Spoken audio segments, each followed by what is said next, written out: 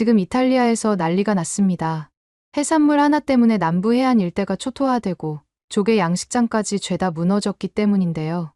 보다 못한 이탈리아 정부는 수백억의 예산을 들여 이 공포의 해산물을 하루에 12톤씩 잡아들여 봤지만 개체 수는 오히려 늘어나기만 했고 결국 국가 비상사태까지 선포한 상황입니다. 하지만 이때 이탈리아 사람들의 귀를 의심하게 만드는 소식이 들려오게 되었는데요. 정작 한국에서는 이 공포의 해산물을 가지고 보약을 만들어 400년째 병을 고치고 있었기 때문입니다. 심지어 죽을 위기에 처해 있던 한 이탈리아 사람까지 이 해산물을 이용해 한국에서 황달과 당뇨를 동시에 치료받고 기적처럼 회복되었다는 사실이 알려지자 이탈리아 SNS와 언론에서는 해당 소식을 긴급 속보로 다루기 시작했습니다. 그렇다면 대체 이 공포의 해산물의 정체는 무엇이고 한국에서는 어떻게 재앙의 주범을 사람을 살리는 보약으로 바꾸게 된 건지 함께 알아보러 가실까요? 이야기를 시작하기 전에 구독과 좋아요는 눌러주셨나요? 늘 응원해 주셔서 감사합니다. 안녕하세요. 저는 이탈리아 로마에서 제약회사 마케팅 총괄을 맡고 있는 캐서린입니다. 매일 아침 로마의 햇살이 창문을 통해 쏟아져 들어오면 에스프레소 한 잔과 함께 하루를 시작하는 게 저의 일상이었어요. 남편은 한국인이지만 저희 둘 다 유럽에서 바쁘게 살다 보니 한국 문화를 깊이 체험할 기회가 거의 없었답니다. 그저 가끔 한국 영화를 보거나 남편이 해주는 김치찌개를 먹는 정도였죠. 제가 어떻게 한국 같은 나라에서 인생의 전환점을 맞이하게 될지 그때는 상상조차 못했어요. 로마에서의 삶은 완벽해 보였습니다. 아름다운 도시, 안정된 직장, 사랑하는 남편, 그리고 마침내 첫 아이를 가졌을 때 저희 부부의 행복은 절정에 달했죠. 임신 중에 약간의 당뇨 증상이 있었지만 의사들은 출산 후 자연스럽게 사라질 것이라고 했어요.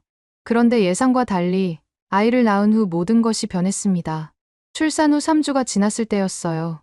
침실에 있는 거울 앞에 서서 화장을 하려는데 문득 제 얼굴이 노랗게 변해 있다는 것을 발견했어요. 처음에는 단순히 피로 때문이라고 생각했죠. 하지만 날이 갈수록 눈의 흰자위까지 노랗게 변해가는 걸 보고 불안함이 엄습해왔습니다. 남편은 즉시 저를 로마 최대 규모의 병원 산부인과로 데려갔어요. 병원 대기실은 사람들로 붐볐습니다. 3시간을 기다린 후에야 의사를 만날 수 있었죠. 의사는 제 차트를 살펴보더니 심각한 표정으로 고개를 저었어요. 황달 증세가 심각하네요. 게다가 임신성 당뇨도 전혀 개선되지 않았군요. 그 말을 듣는 순간 마치 누군가가 저의 가슴을 세게 내리누르는 것 같았어요. 황달과 당뇨라니 이 두 증상이 동시에 나타나는 건 드문 일이라고 했습니다. 일주일 동안 갖가지 검사를 받았어요. 혈액검사, 간 초음파, 담도 CT가 하지만 의사들은 정확한 원인을 파악하지 못했습니다. 결국 주치의는 시간이 지나면 나아질 수도 있지만 장담은 못하겠습니다 라는 애매한 말만 되풀이했죠. 밤마다 아기가 울 때면 일어나 수유를 하며 창밖의 어두운 로마 거리를 바라보곤 했어요. 눈물이 자꾸 흘러내렸습니다. 이탈리아는 의료 선진국이라고 알려져 있지만 제 경우는 달랐어요. 병원에서 계속되는 긴 대기 시간과 의사들의 관심 부족에 점점 지쳐갔습니다. 어느 날은 4시간을 기다리다 결국 진료를 받지 못하고 집으로 돌아온 적도 있었죠. 무거운 몸을 이끌고 하루하루가 너무 답답하게 느껴졌어요. 아침마다 눈을 뜨는 게 고통스러웠습니다. 거울 속 노란 얼굴을 마주할 때마다 공포가 밀려와 가슴이 조여들었어요. 유모차를 밀고 공원을 산책하는 다른 엄마들을 볼 때면 왜 나만 이런 고통을 겪어야 하는지 원망스럽기까지 했습니다. 제 남편 민호 씨는 로마의 한 금융회사에서 국제 투자 분석가로 근무하고 있었어요. 민호 씨도 야근이 많아 저를 제대로 돌보지 못했습니다. 어느 날 밤 침대에 누워 계속 메스꺼움을 느끼던 저를 보던 민호 씨가 갑자기 노트북을 가져왔어요. 여기 좀 봐봐. 한국 산후조리원과 대학병원 협진이 산모합병증 치료에 굉장히 효과적이라는 기사가 있어. 민호 씨는 조심스레 화면을 보여주며 말했어요. 우리 한국에 가보는 게 어때? 우리 부모님도 만나고 좋은 병원에서 치료도 받고. 저는 한참을 망설였습니다. 한국, 거긴 아무래도 이탈리아 의료보다는 많이 부족할 것 같은데 솔직히 그때는 한국 의료에 대한 편견이 있었어요. 서양 의학이 해결 못하는 문제를 동양 의학이 해결할 수 있을까 하는 의구심이 컸죠. 남편이 한국인이지만 연애하고 결혼하는 동안 정작 한국에 함께 가본 적은 2번뿐이었습니다. 그것도 짧은 여행이었고 둘 다 유럽 생활에 너무 몰두했었어요. 민호 씨는 요즘 한국, 첨단 의료로 유명해. 산후조리원 시스템도 이탈리아보다 훨씬 체계적이라더라라며 열심히 설득했습니다. 그는 핸드폰으로 한국 산후조리원 사진들을 보여주었는데 마치 고급 호텔 같았어요. 게다가 어머니가 너를 도울 수 있어. 지금 혼자서 아기 키우기 너무 힘들잖아. 며칠 후 조언을 구하고 싶어 병원에서 주치의를 다시 만났어요. 의사는 다크서클이 짙게 내려앉은 눈으로 저를 바라보며 정말 죄송하지만 황달과 당뇨가 동시에 악화되는 드문 케이스라 현재로선 뾰족한 수가 없습니다라고 털어놓았습니다. 그 말을 듣는 순간 머릿속이 하얘졌어요. 의사의 목소리가 마치 멀리서 들리는 것처럼 희미해졌습니다. 병원을 나오면서 민호 씨의 팔을 꼭 붙잡았어요. 정말 한국에 가야 할까?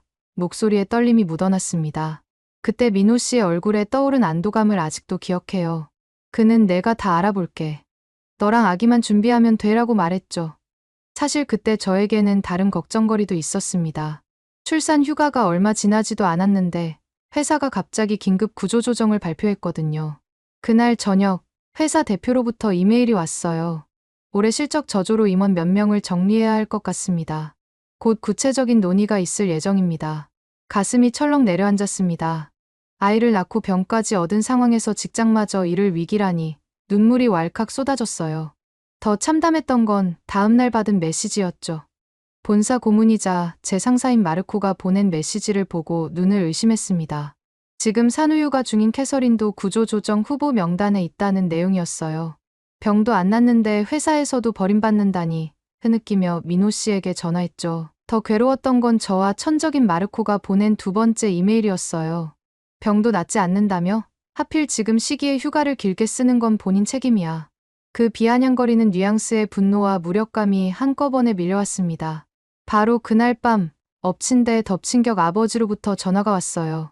아버지는 이탈리아 남부 푸글리아 지방의 해안 도시에서 조개 양식장을 운영하고 계셨는데 음성이 평소와 달리 너무 지쳐 있었습니다.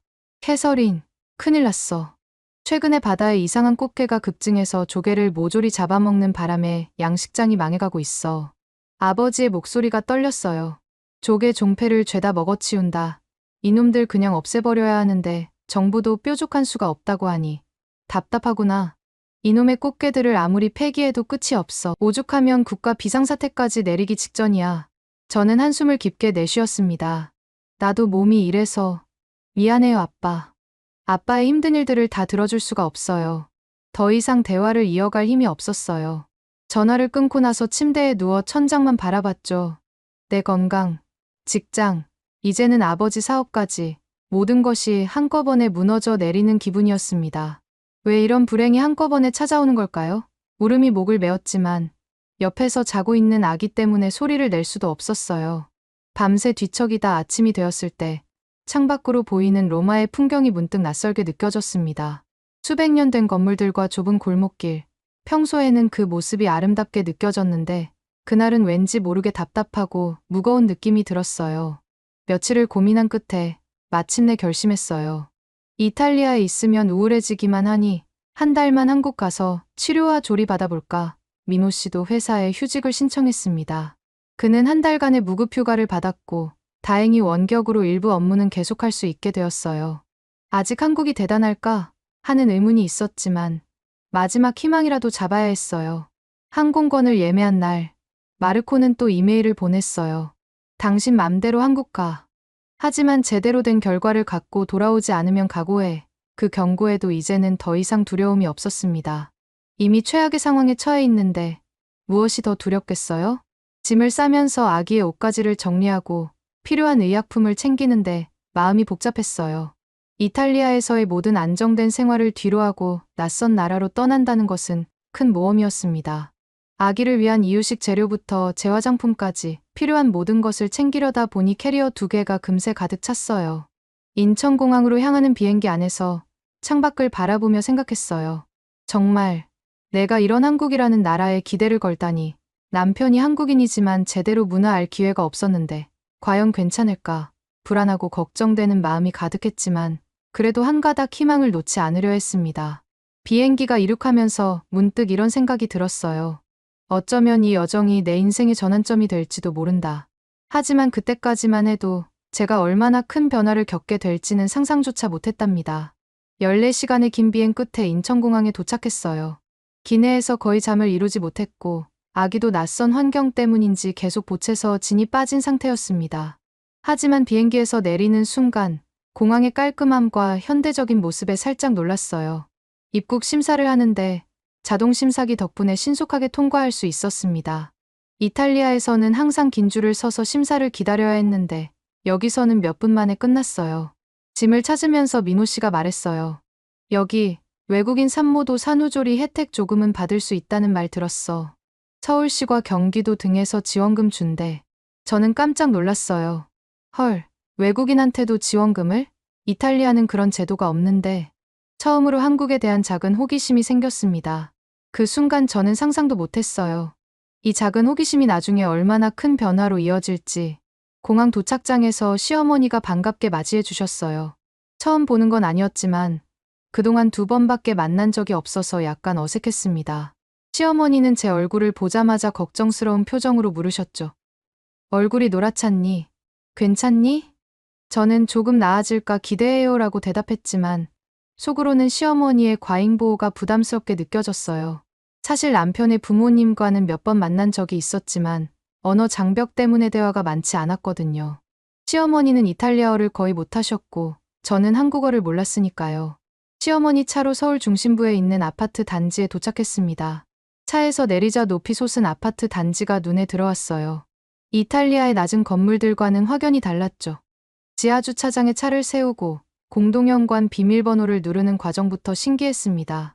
초고속 엘리베이터를 타고 올라가는데 이런 첨단 시스템이 집에 적용된 걸 보고 이거 무슨 고급 호텔 하고 생각했어요. 한국의 첫인상은 생각보다 훨씬 세련되고 편리했습니다. 이탈리아의 오래된 건물들과 달리 모든 것이 깨끗하고 효율적으로 느껴졌어요. 엘리베이터 벽면의 터치스크린으로 날씨와 뉴스를 확인할 수 있다는 사실이 놀라웠습니다.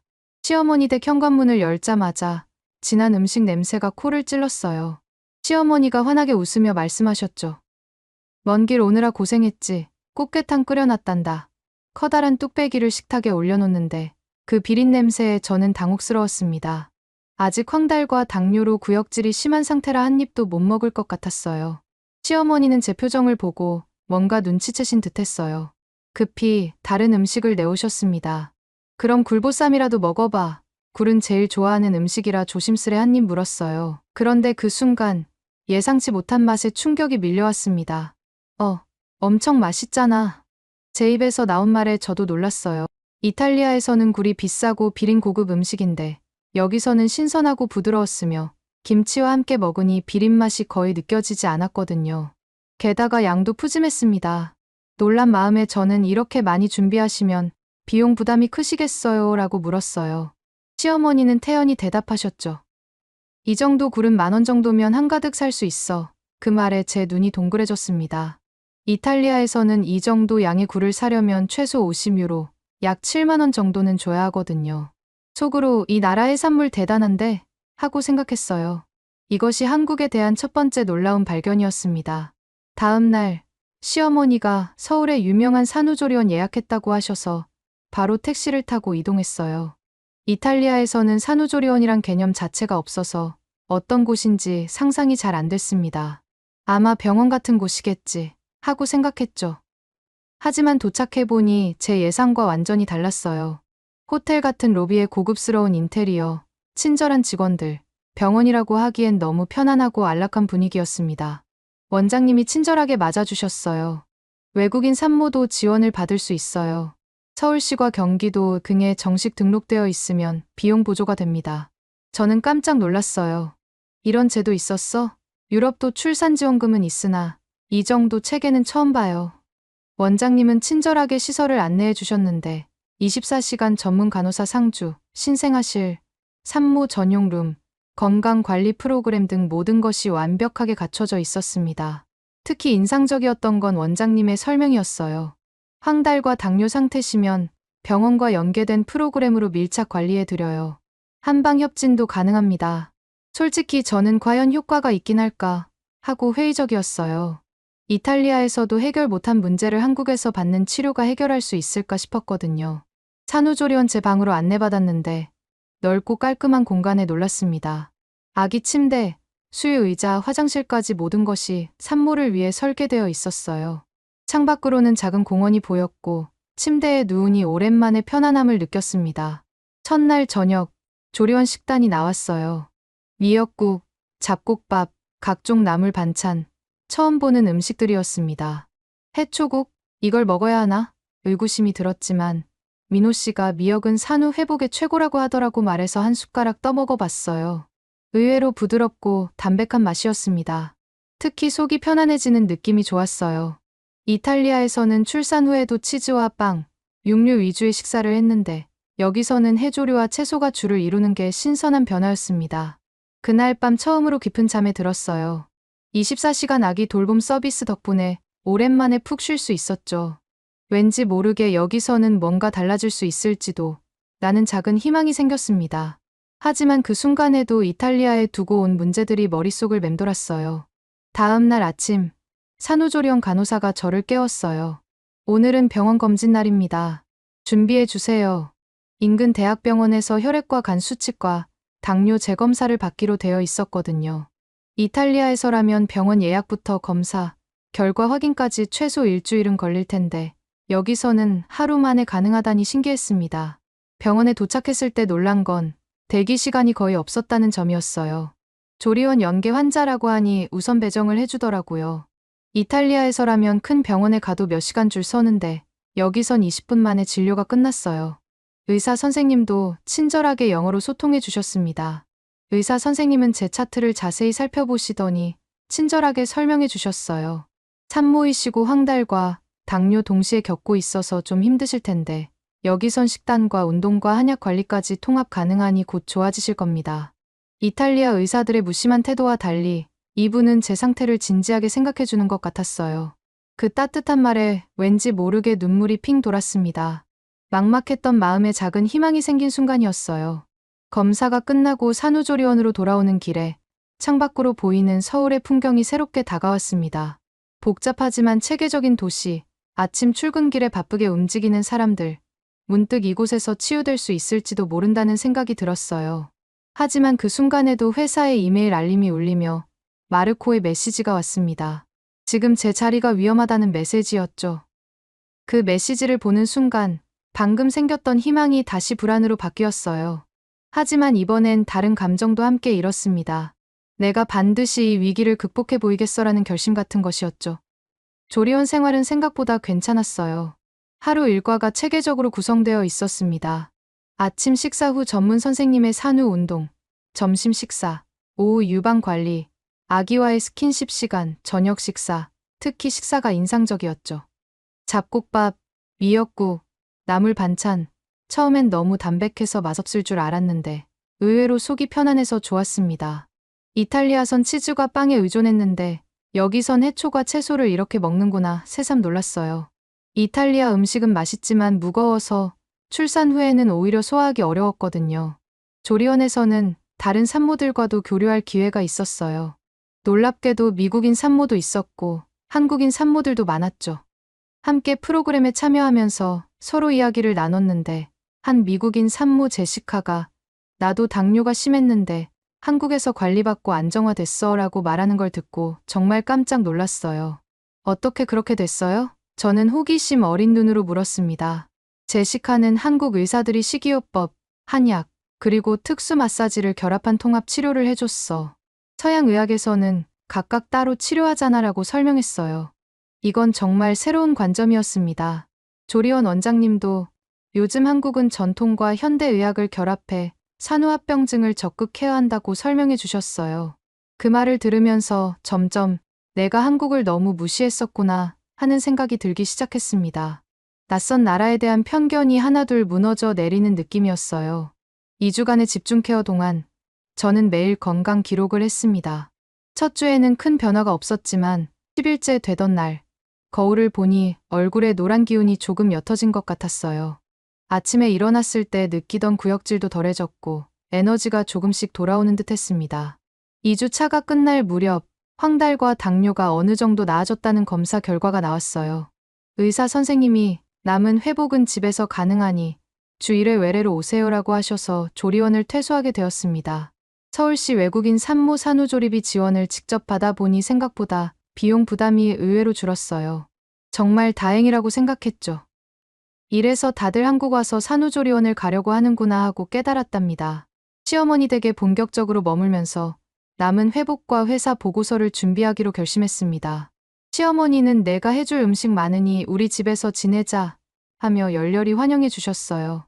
솔직히 시어머니와 함께 생활한다는 게 조금 걱정되기도 했지만 살짝 기대하는 마음도 생겼습니다.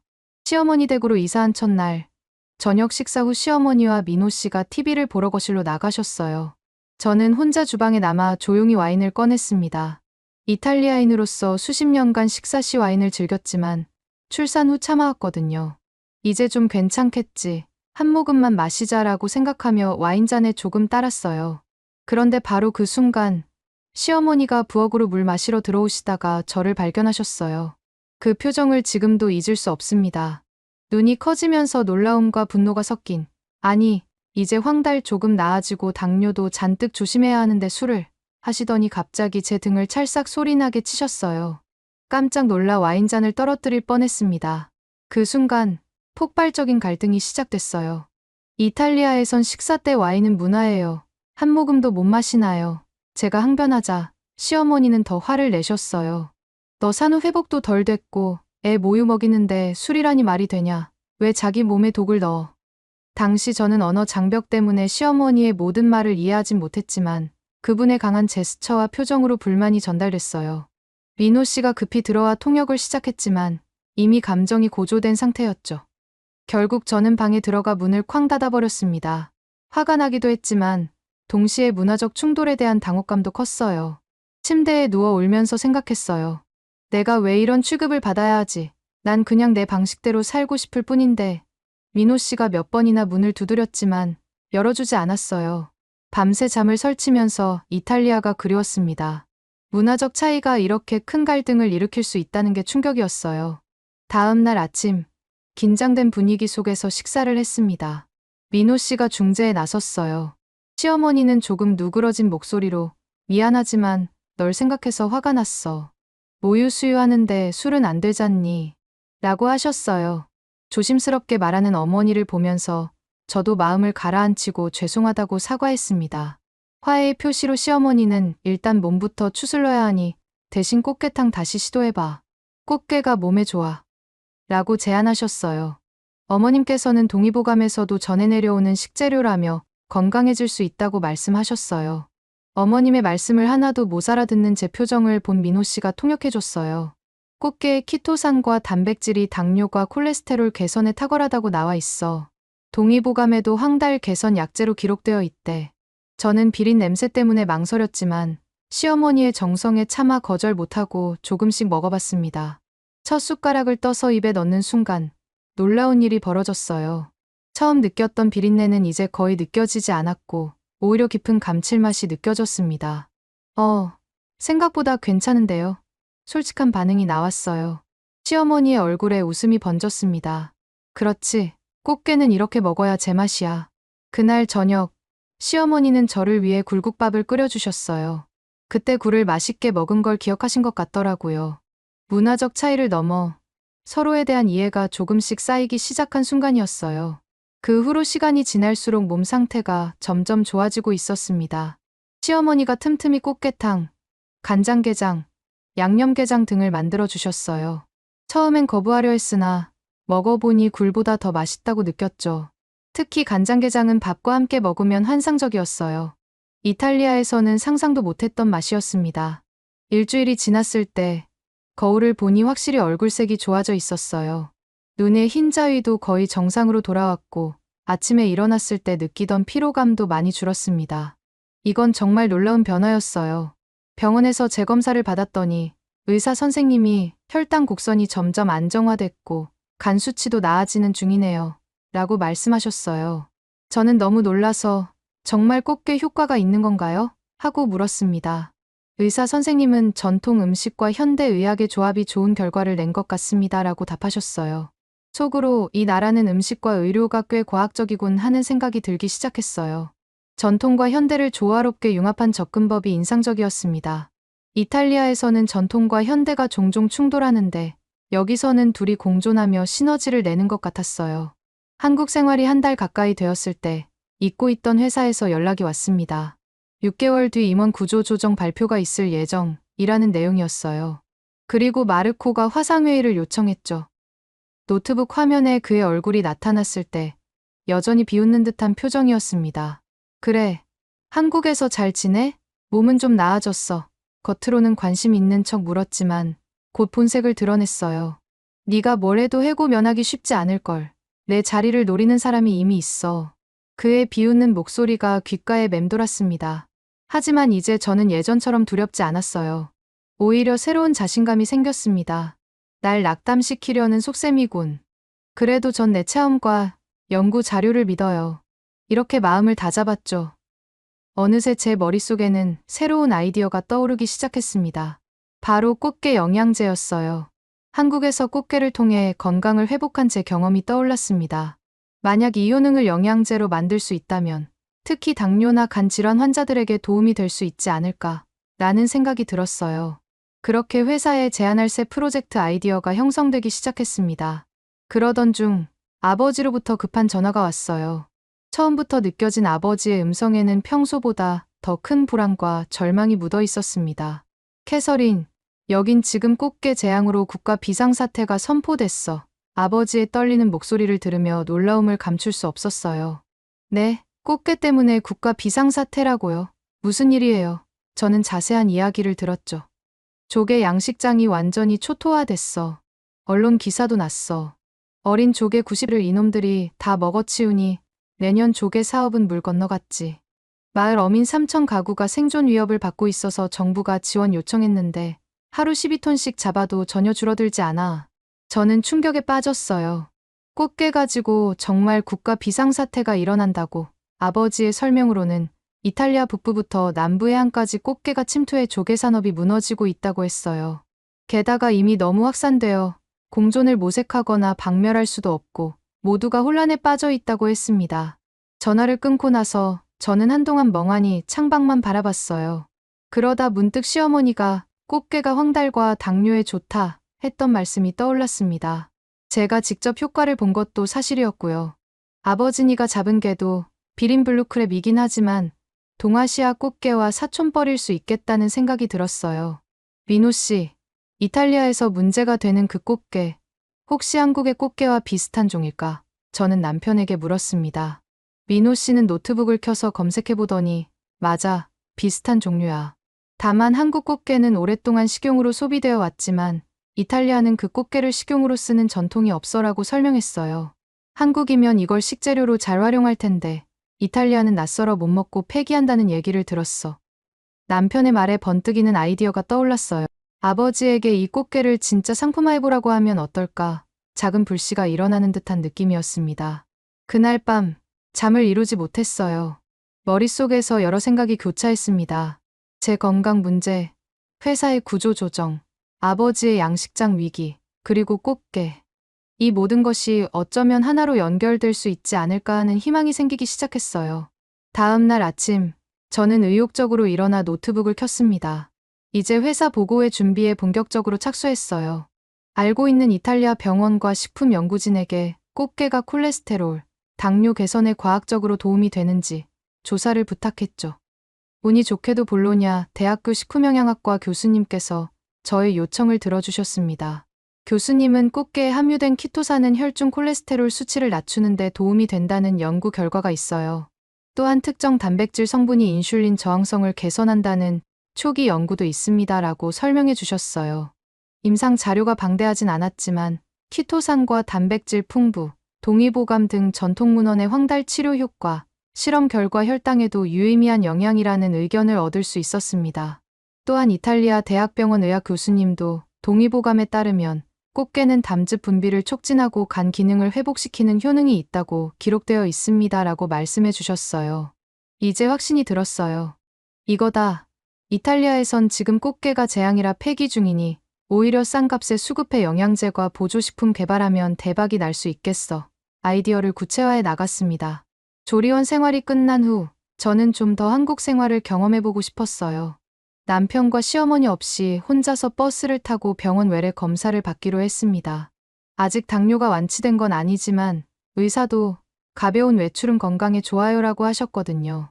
이탈리아에서는 버스가 늦거나 취소되는 경우가 빈번했고 정류장 안내도 부실했어요. 차내도 혼잡하고 시끄러운 경우가 많았고요. 하지만 한국 버스는 완전히 다른 경험이었습니다. 시어머니가 알려주신 버스 앱을 다운받아 사용해봤어요. 정류장 도착 시간을 실시간으로 확인할 수 있었고 버스 정류장마다 전광판이 있어 2분 후 도착, 5분 후 다음 차 등 깔끔히 안내해 주더라고요. 이건 정말 혁신적이었습니다. 버스 정류장에 도착해 기다리는데 정확히 앱에서 예상한 시간에 버스가 도착했어요. 이탈리아였다면 10분에서 20분은 기본으로 지연되었을 텐데 이 정확성이 놀라웠습니다. 버스를 타보니 승객들은 질서 정연하게 있었고 교통카드 태그도 간단했어요. 차 내에는 다음 정류장 안내 음성과 전광판이 작동하고 있었고 냄새나 시끄러운 소란도 거의 없어서 편안했습니다. 이탈리아 도심에서 흔히 경험했던 시간표 무시, 중간에 운행 중단 등과 달라서 또 한 번 놀랐어요. 왜 이런 효율적인 시스템을 가진 나라를 더 일찍 알지 못했을까 하는 생각이 들었습니다. 병원에 도착해 검사를 받았더니 의사가 기쁜 소식을 전해주셨어요. 혈당 수치가 거의 정상에 가까워졌고 황달은 완치 가까워졌습니다. 환하게 웃으시며 말씀하셨죠. 저는 이 나라 교통부터 의료까지 왜 이리 정교한 거야 하는 생각에 가슴이 벅차올랐습니다. 병원에서 나오면서 문득 떠오른 생각이 있었어요. 내가 이 모든 경험을 활용해서 정말 좋은 프로젝트를 만들 수 있을지도 몰라. 그때부터 저는 꽃게 영양제 프로젝트를 더 적극적으로 준비하기 시작했습니다. 회사 보고회가 3일 앞으로 다가왔을 때 마르코가 다시 전화를 걸어왔어요. 저는 꽃게에 대해 의논하려고 했으나 꽃게 가지고 도대체 뭘 할 수 있냐고 비아냥거리면서 비웃는 그의 목소리가 귀에 거슬렸습니다. 마르코, 당신은 위기를 기회로 바꾸는 방법을 모르는 것 같아요. 제가 당당하게 말했어요. 꽃게가 이탈리아에선 재앙이지만 한국에선 귀한 식자재이자 건금이라고요. 저는 직접 효과를 봤어요. 마르코는 잠시 말문이 막힌 듯 했지만 곧 그래, 한국에서 미신에 빠졌군. 보고회에서 보자고라며 전화를 끊었습니다. 하지만 저는 흔들리지 않았어요. 날 낙담시키려는 속셈이군. 그래도 전 제 체험과 연구소 자료를 믿어요. 마음을 굳게 다잡았습니다. 아직도 불안함이 있었지만 그것보다 새로운 아이디어에 대한 확신이 더 컸어요. 드디어 보고회 날이 왔습니다. 화상회의로 임원들이 모였고 로마 본사의 대표와 5명의 이사들, 그리고 마르코까지 모두 화면에 나타났어요. 저는 떨리는 마음으로 발표를 시작했습니다. 안녕하세요. 오늘 위기를 기회로 바꾸는 혁신적 프로젝트를 제안하고자 합니다. 시작부터 자신감 있는 목소리로 말했어요. 발표 화면에 이탈리아 남부 해안의 꽃게 침입 사진들을 보여주며 설명을 이어갔습니다. 현재 이탈리아 해안가에서는 블루크랩 재앙이 일어나고 있습니다. 어린 조개 90%를 먹어치워 조개 산업이 붕괴되고 하루 12톤씩 잡아도 줄지 않는 블루크랩 문제로 어민들이 생존의 위기에 처해 있습니다. 이 말에 임원들의 표정이 심각해졌어요. 정부가 자연재해를 선포했고 3,000억가가 생존 위협을 받고 있습니다. 방제 캠페인을 해도 효과가 미미한 상황이죠. 이어서 제 개인적인 경험을 공유했어요.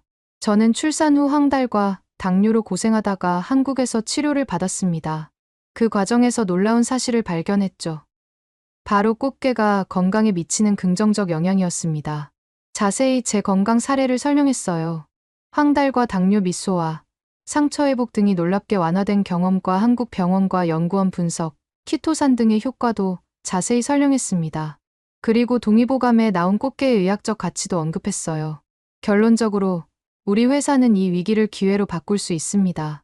지금 이탈리아에서 폐기되고 있는 꽃게를 영양제과 보종으로 개발한다면 어민들에게는 새로운 수입원을, 회사에는 혁신적인 제품을, 그리고 소비자들에게는 건강 개선 효과를 제공할 수 있습니다.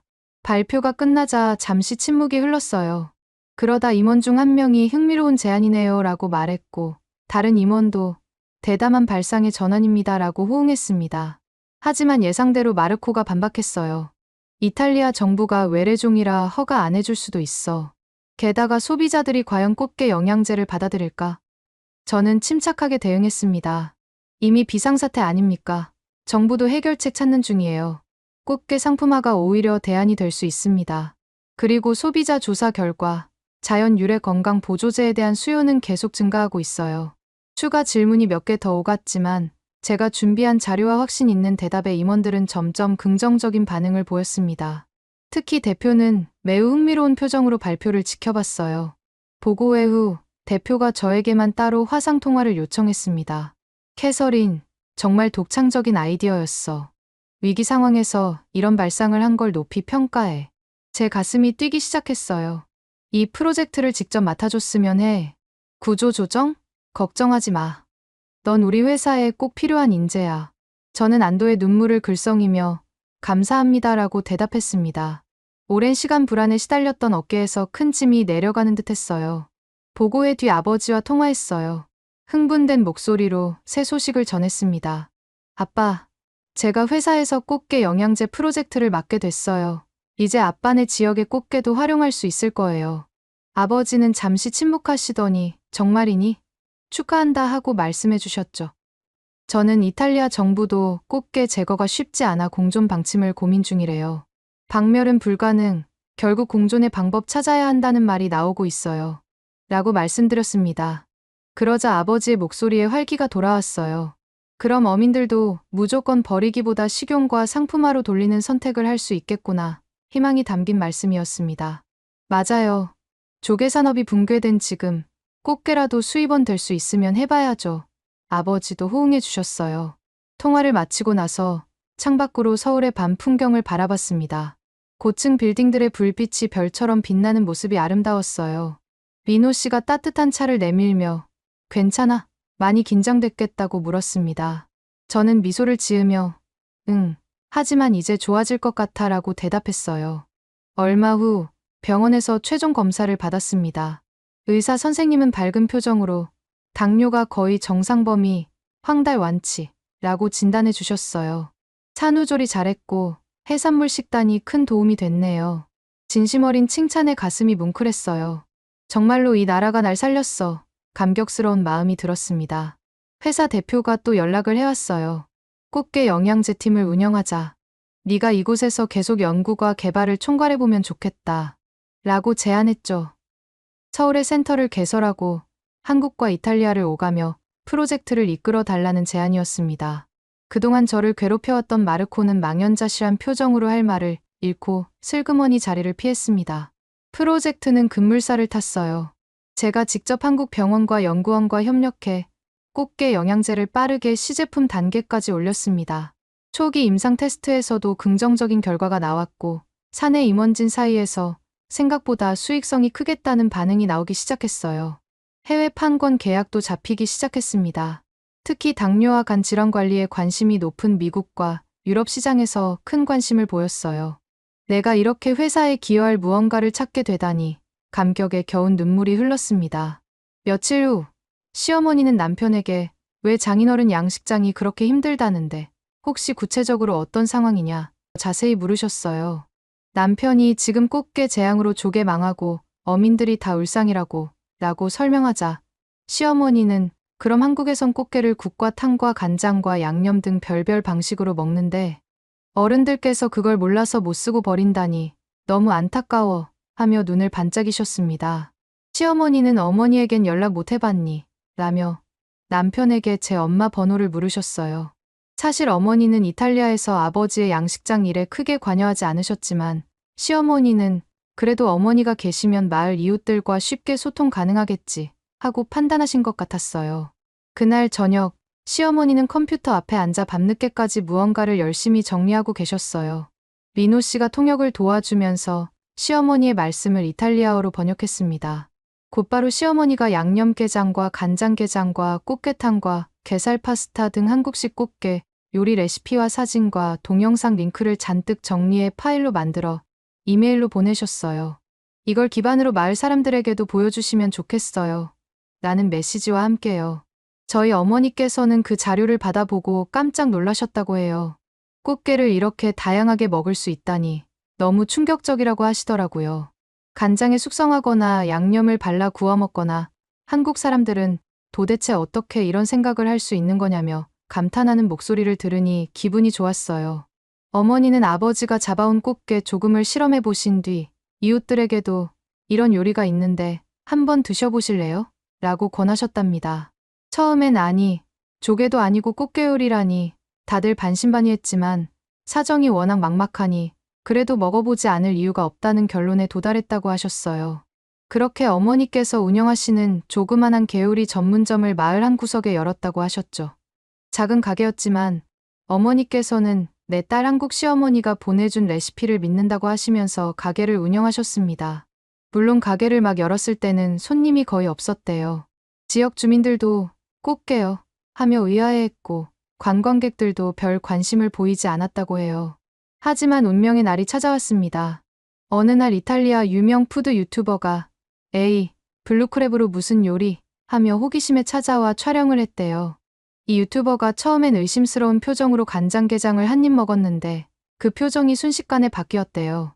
와, 간장게장은 짭짤 고소, 양념게장은 매콤 달콤, 이거 정말 대단한 맛이잖아. 라며 감탄을 금치 못했고 그 자리에서 영상을 편집해 올렸다고 합니다. 그 영상이 단 며칠 만에 수백만 조회수를 기록했고 SNS에 빠르게 퍼지면서 이탈리아 해안마을의 꽃게 전문점이라는 이슈가 됐다고 해요. 재앙인 줄 알았던 꽃게가 맛의 보물이었다. 라는 화제몰이로 마을에 순식간에 관광객이 몰렸대요. 어머니와 이웃들은 늘어나는 손님 응대에 정신이 없다고 하셨어요. 가게가 밤낮으로 인파가 몰려 길게 줄을 설 정도로 대박이 났대요. 아버지도 난 양식장서 꽃게 잡아다 공급만 하면 되는구나 하시며 비로소 웃음을 되찾으셨습니다. 한편 제가 한국에서 맡은 꽃게 영양제 프로젝트도 폭발적인 반응을 얻었어요. 병원 임상 데이터와 SNS 마케팅이 맞물려 이탈리아 당뇨와 간과 황달 관련 환자들 사이에서 한국 꽃게 영양제 한번 먹어보고 싶다는 열풍이 일어났거든요. 우리 회사는 공장을 24시간 풀가동해도 주물량을 소화 못할 정도였어요. 사내 공지에서 현재 생산 대기 물량이 3개월치가 넘는다라고 발표할 정도였죠. 업계 투자자들은 이렇게 빨리 히트칠 줄이야 라며 경이로워했습니다. 화상회의에서 보고를 받으며 정말 제 경험이 이렇게까지 성과를 낼 줄 몰랐어요 고 말했는데 감동해서 눈물이 글썽였어요. 어쩌다 보니 저는 한국에 정착한 지 거의 1년이 다 되어가요. 처음엔 한 달만 머물려고 했는데 이제는 이곳이 새로운 집이 되었습니다. 회사에서도 서울센터를 정식으로 인정해줬고 제가 센터장을 맡게 되었거든요. 한국에서 바쁘게 지내다 보니 아버지에게서 반가운 소식이 왔어요. 이탈리아 푸글리아 지방정부에서 꽃게 상품화 우수 사례로 아버지의 양식장과 마을 식당을 공식 인정했다는 내용이었죠. 이제는 꽃게 어획량의 70% 이상이 식품으로 활용되고 나머지도 영양제 원료로 공급된다고 했어요. 불과 1년 전만 해도 재앙이라 불리던 꽃게가 이제는 지역 경제의 새로운 원동력이 된 겁니다. 아버지의 목소리에는 항상 한국에 대한 자랑스러움이 가득했습니다. 그래서 그러는데 저희 어머니께 한국 꽃게 말고도 다양한 한국 레시피를 더 알려드리고 싶은데 어떤 음식이 맛있을까요? 알려주시면 한번 찾아보겠습니다. 오늘의 사연은 어떠셨나요? 오늘의 사연이 마음에 드셨다면 좋아요만 한번 눌러주세요. 1초밖에 안 걸리지만 좋아요를 한번 눌러주시면 더 좋은 사연을 소개해드리는데 큰 힘이 된답니다. 긴 영상 시청해주셔서 감사합니다. 오늘도 행복한 하루 보내세요.